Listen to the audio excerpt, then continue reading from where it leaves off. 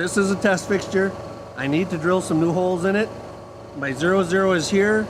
I don't have a big enough capability in my machine, so I have to drill a new center point. That's where I have to move. That's the problem right now, is the capability of the machine is not big enough to go from my zeros to my holes. The key thing you need to know is that the machine does not have the capability to get from 0 to our existing hole where we're at, because it only has 15 inches of travel, and our hole where I'm at right now is 20.9542 inches. So how do we get from the 0 to that hole?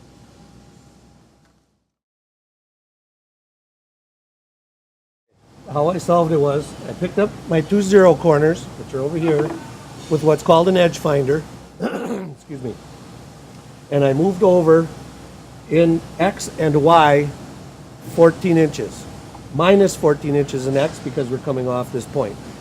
The reason I picked 14 inches is because my fixture is 28 inches wide, so 14 inches is half of that. The reason I came down minus an X at 14 inches, because then I only have to remember one number, 14 inches. That gives me an X and a Y, both 14 inches.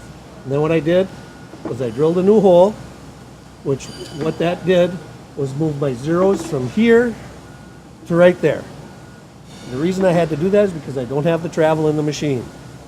So then what I had to do was move my head out and my table, reposition my fixture so I could pick up my 14 inches.